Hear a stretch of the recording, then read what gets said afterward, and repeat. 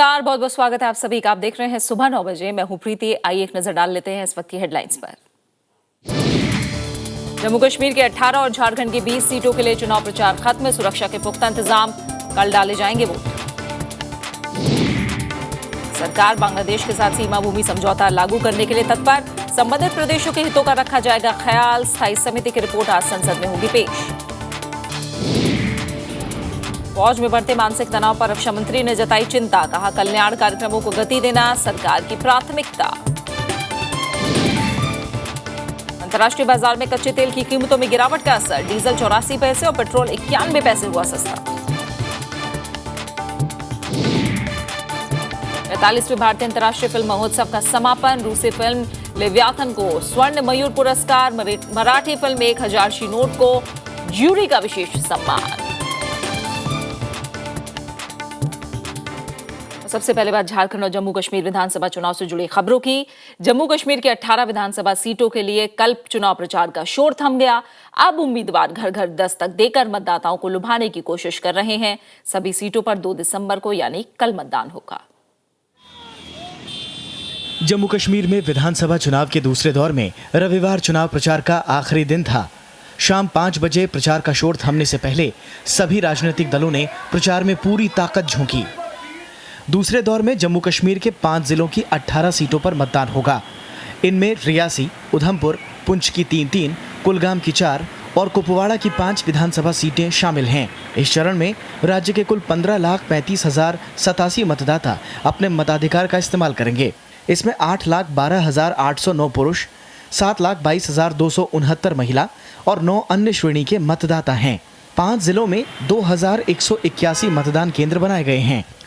दूसरे दौर के लिए 7 नवंबर को अधिसूचना जारी हुई थी। 14 नवंबर तक नामांकन पत्र भरने का सिलसिला चला। 15 नवंबर को नामांकन पत्रों की जांच का काम पूरा हुआ था। 17 नवंबर नाम वापसी की आखिरी तारीख थी। इस दौर में कुल 175 उम्मीदवार दांव आजमा रहे हैं। इनमें 4 मौजूदा मंत्री और 18 विधायक हैं। 16 पूर्व मंत्री भी चुनावी समर में हैं। नूरबल विधानसभा सीट पर सबसे ज्यादा 15 प्रत्याशी हैं, तो वहीं रामनगर सीट पर सबसे कम 6 उम्मीदवार हैं।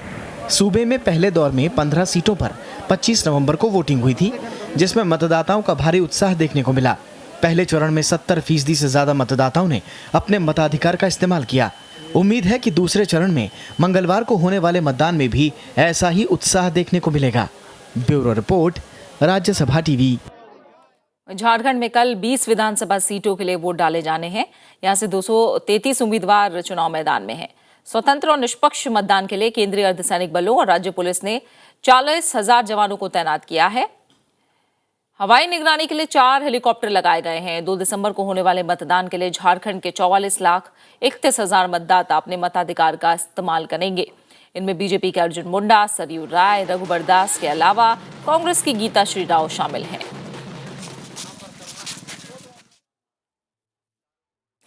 सरकार बांग्लादेश सरकार के साथ सीमा भूमि की अदला बदली के समझौते पर आगे बढ़ेगी। इससे जुड़ी स्थायी समिति की रिपोर्ट आज संसद के पटल पर रखी जाएगी। असम के गुवाहाटी में रविवार को हुई रैली में प्रधानमंत्री नरेंद्र मोदी ने घुसपैठ की समस्या के समाधान पर जोर दिया। उन्होंने असम में सुरक्षा के मुद्दे पर समझौता नहीं करने की बात कही। गुवाहाटी में बीजेपी रैली में प्रधानमंत्री नरेंद्र मोदी ने साफ किया कि उनकी सरकार बांग्लादेश के साथ सीमा भूमि अदला बदली के समझौते पर आगे काम करेगी। अभी समझौते से जुड़े विधेयक को संसद से मंजूरी मिलना बाकी है।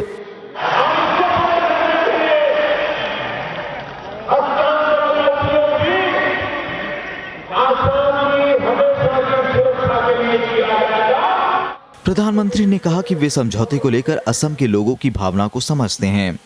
उन्होंने भरोसा दिलाया कि वे देश और असम के हित को ध्यान में रखते हुए ही आगे बढ़ेंगे।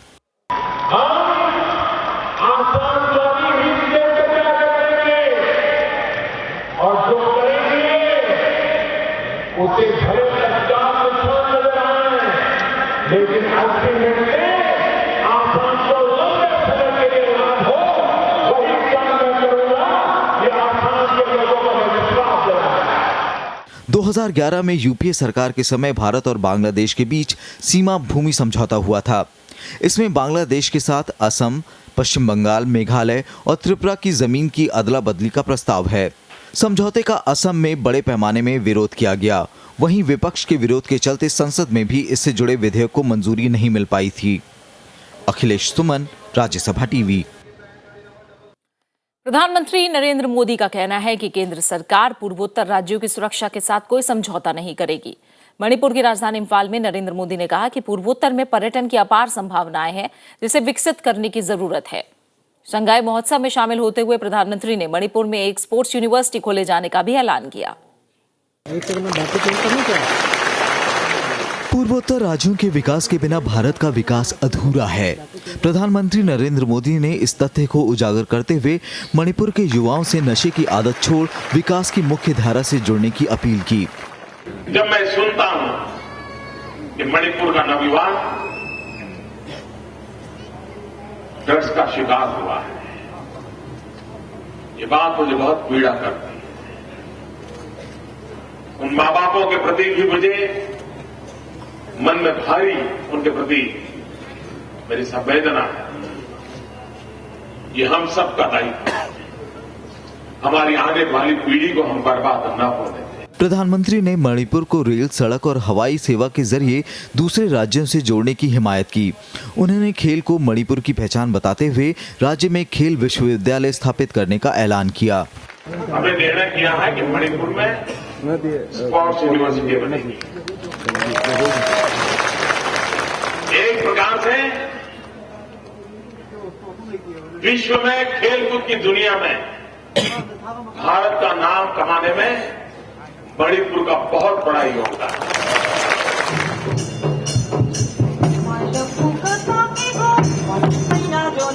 शंघाई उत्सव में शिरकत करते हुए प्रधानमंत्री ने कहा कि पूर्वोत्तर राज्यों की समस्याओं को दूर करने के लिए संबंधित राज्य के मुख्यमंत्री से दिल्ली में बातचीत की जाएगी।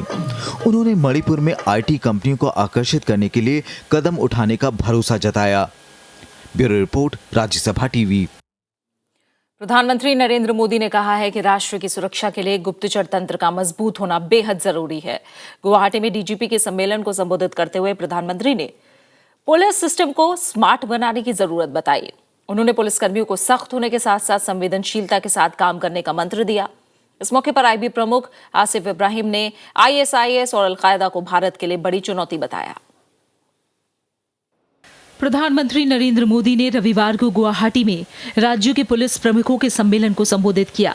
उन्होंने कहा कि देश को स्मार्ट पुलिस की जरूरत है। प्रधानमंत्री ने पुलिस को स्मार्ट बनने का मंत्र भी दिया। इसके लिए पुलिस के काम को वैज्ञानिक तरीके से विकसित करने की जरूरत बताई। उन्होंने कहा कि हर थाने की वेबसाइट हो जिसमें उस इलाके में पुलिस के अच्छे कामों का जिक्र हो। Smart police, S for strict and sensible, M for modern and mobility वाले, A for alert and accountable, R for reliable and responsive, T for techno-savvy and trained. प्रधानमंत्री ने गुप्तचर तंत्र को देश की सुरक्षा के लिए सबसे महत्वपूर्ण बताया। नरेंद्र मोदी का मानना है कि अच्छा गुप्तचर तंत्र हो तो हथियार की जरूरत नहीं होती। जिस व्यवस्था के पास उत्तम प्रकार की गुप्तचर व्यवस्था होती है, उस व्यवस्था को कभी भी न शस्त्रधारी की जरूरत पड़ती है, न कभी शस्त्र की जरूरत पड़ती है, और शस्त्र के उपयोग की तो कभी आवश्यकता ही नहीं रहती है। इस मौके पर आईबी प्रमुख आसिफ इब्राहिम ने आईएसआईएस और अलकायदा को भारत के लिए बड़ी चुनौती बताया। Al-Qaeda has announced the formation of Al-Qaeda in the Indian subcontinent, specifically targeting India. These developments may lead to reverberations of the global jihadi mindset in India. This would have an obvious adverse impact on national security. आजादी के बाद से अब तक 33,000 पुलिसकर्मी शहीद हो चुके हैं। उनकी शहादत को याद करते हुए प्रधानमंत्री ने कहा कि एक टास्क फोर्स बने जो शहीद पुलिसकर्मियों के उचित सम्मान के लिए प्रोटोकॉल तय करे। उन्होंने हर राज्य के सिलेबस में शहीद पुलिसकर्मियों की जीवनी पर किताब शामिल करने की बात कही। इस मौके पर प्रधानमंत्री ने पुलिस सेवा में उत्कृष्ट योगदान देने वाले अधिकारियों को सम्मानित किया। Bureau report, Rajya Sabha TV. रक्षा मंत्री मनोहर पर्रिकर ने कहा है कि देश की रक्षा तंत्र के लिए सेना के जवान हथियारों से ज्यादा महत्वपूर्ण हैं और यही सबसे बेहतर रक्षा नीति है। गोवा में उन्होंने कहा कि सैन्य बलों में आत्महत्या की बढ़ती घटनाओं पर रोक के उपाय किए जाएंगे। इसके लिए जवानों के कल्याण कार्यक्रमों को गति देना सरकार की वरीयता में शामिल है। रक्षा मंत्री ने साफ किया कि हथियार सौदों में देश हित सर्वोपरि है और इजराइल से होने वाले रक्षा करार में भी इसका ध्यान रखा जाएगा। मजबूत रक्षा तंत्र के लिए सेना के जवानों की अहमियत सबसे ज्यादा है। इस बात को मानते हुए रक्षा मंत्री मनोहर पर्रिकर ने कहा कि सैनिकों के कल्याण के लिए तेजी से कदम उठाए जाएंगे। Army welfare is one of the most important aspect which I am tackling. I believe that more than armament, अजून तो आर्मामेंटाक कमी वालोर दिता असो नाही. The person behind the armament is a stronger defense for the country. जवानों में आत्महत्या की प्रवृत्ति पर अंकुश लगाने के लिए भी रक्षा मंत्रालय कदम उठा रहा है। सरकार जवानों के कल्याणकारी कार्यक्रमों को गति देकर खुदकुशी की समस्या पर काबू पाने की कोशिश करेगी। इस दिशा में शादीशुदा जवानों की आवासीय समस्या का निदान जल्द निकाला जाएगा। It is man management issue. I think it has to be resolved in 2-3 ways. One is counseling, proper counseling. The others are issues of service personnel has to be addressed. Quick addressal mechanism is one of the solution. So third tribunals, third informal arrangements to solve the problem. रक्षा मंत्री ने हाल ही में संसद में जानकारी दी है कि सशस्त्र बलों में 2011 से आत्महत्या के 449 मामले सामने आए। इस साल 99 सैन्य कर्मियों ने आत्महत्या की। इनमें आर्मी में सबसे ज्यादा 76 आत्महत्या के मामले सामने आए। वहीं वायुसेना में 23 कर्मियों ने खुदकुशी की। 2011 में सेना के 105, 2012 में 95 और 2013 में 86 जवानों ने आत्महत्याएं की। रक्षा मंत्री के मुताबिक लंबे समय तक लगातार तैनाती, पारिवारिक कलह, घरेलू समस्या, मानसिक मनोदशा, वित्तीय समस्या और तनाव सहने में असमर्थता जैसे कारण खुदकुशी के लिए जिम्मेवार हैं। Bureau report, Rajya Sabha TV. CBI ने आकाश मिसाइल परियोजना से जुड़े एक सौदे में अनियमितताओं के आरोपों की जांच बंद कर दी है। एजेंसी ने सबूतों के अभाव में जांच रोकने का फैसला लिया है। भारत डायनामिक्स लिमिटेड ने करीब 575 करोड़ रुपए में आकाश मिसाइल सिस्टम कंपोनेंट के उत्पादन का सौदा निजी ऊर्जा कंपनी को दिया था। सीबीआई ने पिछले साल मई में इस सौदे में नियमों के उल्लंघन के आरोप की जांच शुरू की थी। बीडीएल के वरिष्ठ अधिकारियों ने सेना की 2 रेजिमेंट्स को आपूर्ति करने के लिए मिसाइल सिस्टम के सेल्फ प्रोपेल्ड लॉन्चर बनाने का ठेका दिया था। सूत्रों के मुताबिक जांच एजेंसी ने अधिकारियों के खिलाफ उचित कदम उठाने की सिफारिश की है, लेकिन सबूत नहीं मिलने की वजह से अभियोजन से इनकार किया है। आकाश मिसाइल 18 किलोमीटर की ऊंचाई तक और 30 किलोमीटर की दूरी तक एयरक्राफ्ट को निशाना बना सकती है।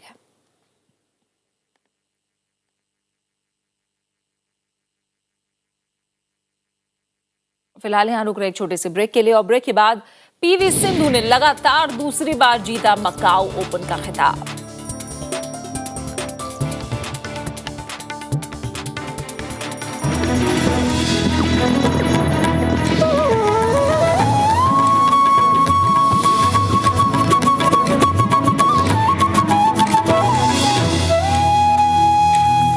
ब्रेक के बाद आपका स्वागत है। ये बात करते हैं कुछ और अहम खबरों की। आतंकवादी संगठन आईएसआईएस के संदिग्ध सदस्य अरी मजीद ने उन लोगों के नामों का खुलासा किया है जिन्होंने इराक में जारी लड़ाई में शामिल होने के लिए उसकी मदद की थी। राष्ट्रीय जांच एजेंसी के अधिकारियों ने रविवार को यह जानकारी दी है। एनआईए अब मजीद से मिली जानकारी की सच्चाई का पता लगाने में जुटी है।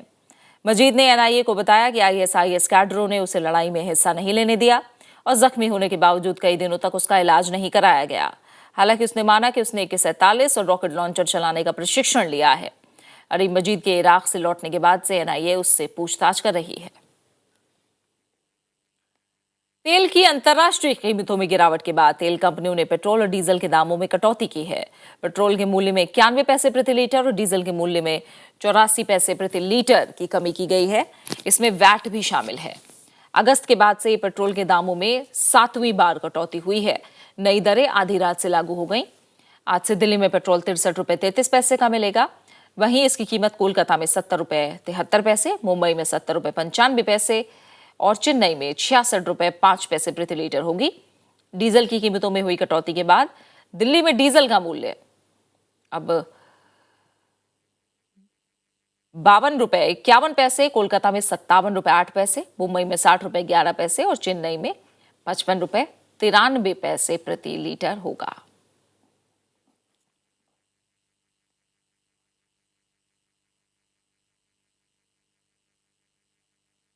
अफगानिस्तान में काबुल पुलिस प्रमुख जनरल जहीर ने इस्तीफा दे दिया है। हालांकि उनके प्रवक्ता ने इसकी कोई स्पष्ट वजह नहीं बताई है। अफगानिस्तान में पिछले कुछ दिनों से विदेशी लोगों पर आतंकी हमले तेज हुए हैं। शनिवार को राजधानी काबुल के पश्चिम जिले कार्तिसे में हुए आतंकी हमले में 5 लोग मारे गए थे। आतंकियों ने एक विदेशी गैर सरकारी संस्था की इमारत को निशाना बनाकर हमला किया। पिछले 10 हफ्तों में विदेशियों को निशाना बनाकर किया गया ये तीसरा बड़ा हमला था। श्रीलंका में राष्ट्रपति चुनाव के लिए प्रचार अभियान शुरू हो गया है। राष्ट्रपति महिंदा राजपक्षे के विरोधी और संयुक्त विपक्षी उम्मीदवार मैत्रीपाल श्रीसेना ने अपना प्रचार अभियान पोलोनारुवा द्वीप की पुरानी राजधानी से शुरू किया। 63 साल के श्रीसेना की उत्तर मध्य प्रांत में हुई रैली में साथी दलों के प्रतिनिधियों ने भी हिस्सा लिया। इस मौके पर राजपक्षे के मंत्रिमंडल में मंत्री रहे श्रीलंका फ्रीडम पार्टी के नवीन दिसनायके भी यूनाइटेड नेशनल पार्टी में शामिल हो गए। श्रीलंका के राष्ट्रपति महिंदा राजपक्षे की तरफ से राष्ट्रपति के मध्यावधि चुनाव की घोषणा के बाद वहां राजनीतिक गतिविधियां तेज हो गई हैं। सरकार में स्वास्थ्य मंत्री रहे मैत्रीपाल श्रीसेना ने विपक्षी यूनाइटेड नेशनल पार्टी का दामन थाम लिया है और वो राजपक्षे के खिलाफ चुनाव लड़ रहे हैं। हांगकांग में लोकतंत्र समर्थक और पुलिस के बीच एक बार फिर झड़पें हुई हैं। झड़प उस वक्त हुई जब प्रदर्शनकारी सरकारी इमारतों के परिसर में घुसने की कोशिश कर रहे थे। पुलिस ने प्रदर्शनकारियों को रोकने के लिए बल प्रयोग किया। हांगकांग में प्रदर्शनकारी चीन की नीति का विरोध कर रहे हैं। प्रदर्शन का सिलसिला पिछले 2 महीनों से जारी है। फर्गुसन मामले से जुड़े पुलिस अधिकारी डेरेन विल्सन ने इस्तीफा दे दिया है। हालांकि उन्होंने खुद को बेकसूर बताया है। इस बात की जानकारी उनके वकील ने दी। फर्ग्यूसन में एक निहत्थे अश्वेत युवक की गोली मारकर हत्या और उसके बाद भड़के असंतोष की वजह से ऑफिसर डेरेन विल्स को आखिरकार इस्तीफा देना पड़ा। फर्ग्यूसन के मेयर ने उसका इस्तीफा मंजूर कर लिया है। Has accepted Officer Wilson's resignation, and as of yesterday, Officer Wilson is no longer an employee with the City of Ferguson. There is no severance agreement with Officer Wilson and the City of Ferguson. The City of Ferguson will not be making a severance payment to Officer Wilson. हालांकि Darren के पद छोड़ने की वजह सुरक्षा कारण बताया गया है। डेरेन ने गोली मारने के आरोप से इनकार किया है। उन्होंने कहा कि वो नहीं चाहते थे कि उनकी वजह से दूसरे पुलिस अधिकारियों के सामने मुश्किलें आएं। गोलीबारी की घटना के बाद से विल्सन छुट्टी पर थे। ब्राउन नाम के अश्वेत युवक को अमेरिका के फर्ग्यूसन में एक पुलिसकर्मी ने गोली मार दी थी। इस मामले में अदालत ने आरोपी पुलिस अधिकारी को बरी कर दिया था। इसके खिलाफ अश्वेत समुदाय में गुस्सा भड़क उठा था। Bureau report, Rajya Sabha TV. Switzerland में मतदाताओं को सोने के भंडार को बढ़ावा देने और अप्रवास पर सख्त नया प्रतिबंध लागू करने को नकार दिया है।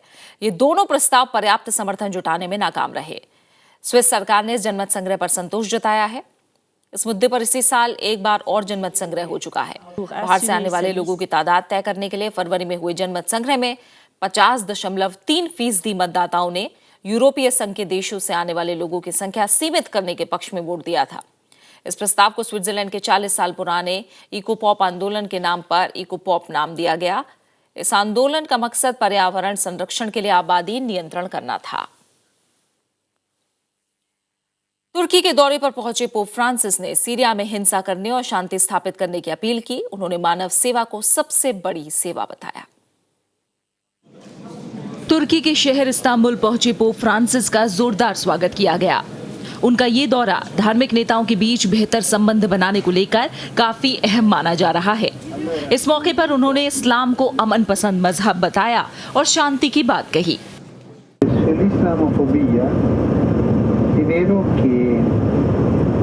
davanti a questi atti terroristi, non solo in questa zona, ma anche in Africa, c'è una reazione e si dice ma se questo è l'Islam. उन्होंने सीरिया में आतंकी गुटों से हिंसा खत्म करने की अपील की। साथ ही उन्होंने लोगों का ध्यान तुर्की में रह रहे करीब 20 लाख शरणार्थियों की तरफ भी दिलाया। पोप ने कहा कि किसी भी मजहब के लोगों को अमानवीय और बर्बर लड़ाई के इर्द गिर्द नहीं झोंका जा सकता। Bureau report, Rajya Sabha TV. Peru की राजधानी लीमा में आज से पर्यावरण में आ रहे बदलावों पर शुरू हो रहे शिखर सम्मेलन पर दुनिया भर की नजरें लगी हैं। ये सम्मेलन 12 दिसंबर तक चलेगा। सम्मेलन में करीब 195 देशों के नेता भाग ले रहे हैं। हाल में अमेरिका, चीन और दूसरे एशियाई देशों में आई प्राकृतिक आपदाओं को देखते हुए ये सम्मेलन काफी अहम माना जा रहा है। उम्मीद की जा रही है कि सम्मेलन में 2021 तक पुराने जंगलों की कटाई पूरी तरह से रोकने, अमेरिका में सूर्य ऊर्जा के प्रचार प्रसार, लैटिन अमेरिका और मध्य पूर्वी एशियाई देशों में पर्यावरण को लेकर जागरूकता जैसे प्रस्तावों पर सहमति बन सकती है। बात खेलों की। भारतीय बैडमिंटन खिलाड़ी पीवी सिंधु ने लगातार दूसरी बार मकाऊ ओपन खिताब जीत लिया है। सिंधु ने फाइनल में कोरिया की किम यो मिन को हराकर खिताब पर कब्जा बरकरार रखा। पीवी सिंधु ने 45 मिनट तक चले मुकाबले को 21-12, 21-17 से जीत लिया। पहला गेम सिंधु ने 20 मिनट में जीता। दूसरे गेम में दोनों खिलाड़ियों ने एक दूसरे को कड़ी टक्कर दी। एक समय स्कोर 7-7 से बराबर था, जिसके बाद किम ने सिंधु की गलतियों का फायदा उठाकर 11-8 से बढ़त बना ली। बाद में पीवी सिंधु ने शानदार खेल दिखाते हुए खिताब अपने नाम कर लिया। विश्व चैंपियनशिप में 2 बार कांस्य जीत चुकी सिंधु की इस उपलब्धि पर प्रधानमंत्री नरेंद्र मोदी ने बधाई दी है।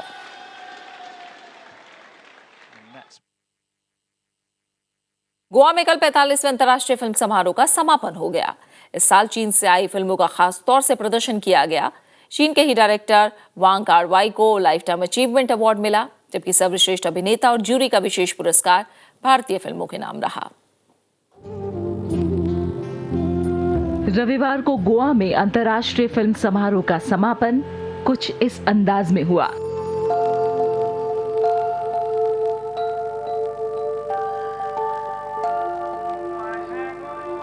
एक तरफ जहां उत्तर पूर्वी राज्यों का संगीत और नृत्य पेश किया गया,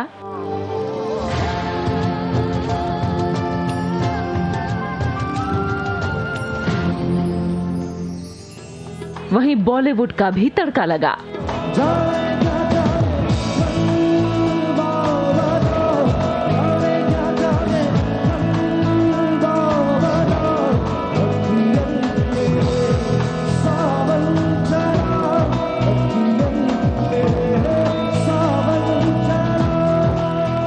अगर पुरस्कारों की बात करें तो सर्वश्रेष्ठ अभिनेता का पहला पुरस्कार दुलाल सरकार को उनकी फिल्म छोटे देव छोबी को मिला। एक शारीरिक रूप से अविकसित समुदाय के लोगों पर बनी इस फिल्म में दुलाल का अभिनय देखने लायक है।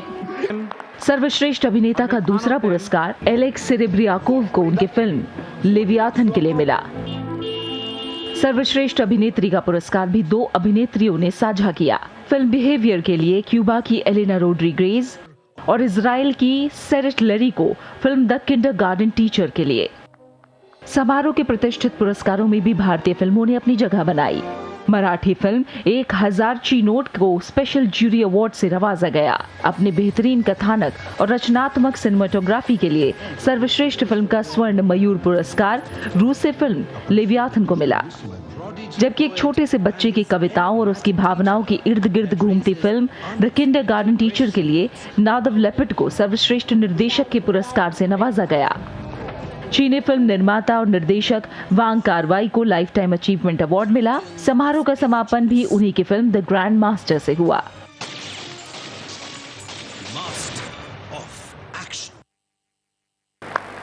It's great to be here in Goa, in India, to celebrate cinema with all of you. Thank you. इस मौके पर सूचना और प्रसारण राज्य मंत्री राज्यवर्धन सिंह राठौड़ ने कहा कि भारत में फिल्म जीवन का हिस्सा है। इस तरह के समारोह भले ही खत्म हो जाएं, लेकिन फिल्मों का उत्सव जारी रहता है। समापन समारोह में सिनेमा जगत की प्रमुख हस्तियों जैसे वहीदा रहमान, जैकी श्रॉफ, नाना पाटेकर, राकेश ओम प्रकाश भी मौजूद थे। Bureau report, Rajya Sabha TV.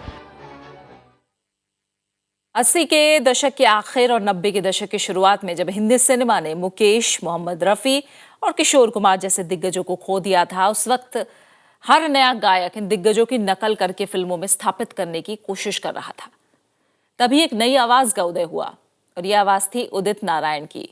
अपने आप में एक नयापन लिए इस आवाज को लोगों ने हाथों हाथ लिया। आज इनके नाम 4 राष्ट्रीय पुरस्कार और 5 फिल्म फेयर पुरस्कार हैं। आइए पद्मश्री उदित नारायण के जन्मदिन पर उन्हें देते हैं मुबारकबाद और सुनते हैं उनके कुछ चुनिंदा गीत। पापा कहते हैं बड़ा नाम करेगा,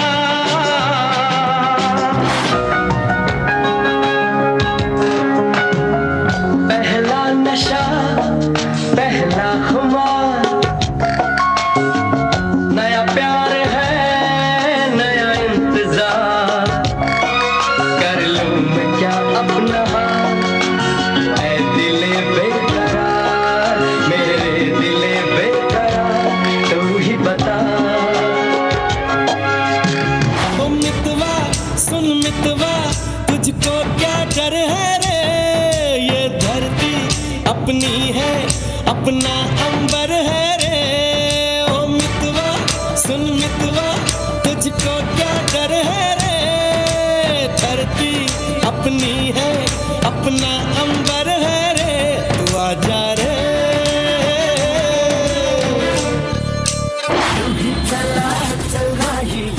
चला चला कितनी हसीन है ये दुनिया, फूल सारे झमेले देख फूलों के मेले, बड़ी रंगीन है ये दुनिया। देखूं जो तुझे तो ये दिल बहकता है, हो